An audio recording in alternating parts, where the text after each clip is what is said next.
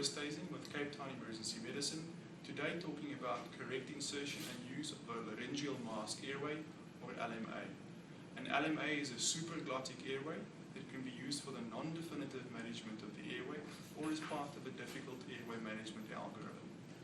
The first step in using an LMA correctly is to select the correct size.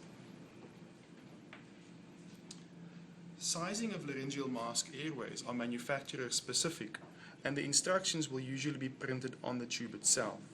In this case, we can see that it would be appropriate for an adult weighing between 50 and 70 kilograms, and that the amount of air needed to inflate the LMA cuff is 30 milliliters of air.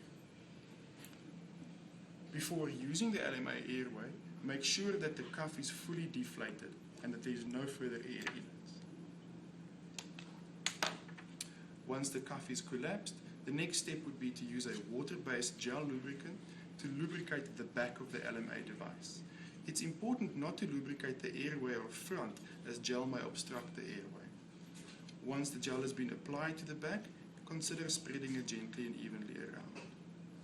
To insert the LMA into the patient, make sure the airway part of the LMA points towards the lungs or feet of the patient, and then gently insert into the mouth. It may be necessary to open the jaw slightly.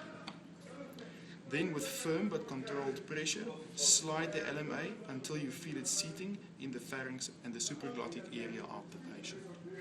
At this point, we would select the amount of air, 30 milliliters as indicated on the tube, and inflate the LMA cuff. It's important not to touch the tube itself so that the LMA cuff can seat itself anatomically without interference from outside forces. As we inflate it, we can see the tube seating, and we confirm good pressure in the pilot cuff bulb. One would now ask an assistant to secure the tube with their hands while attaching a ventilation device, in this case a self-inflating bag valve device. Ventilate the patient and confirm chest rise, and also listen into the epigastrium to see if there's any gurgling of air.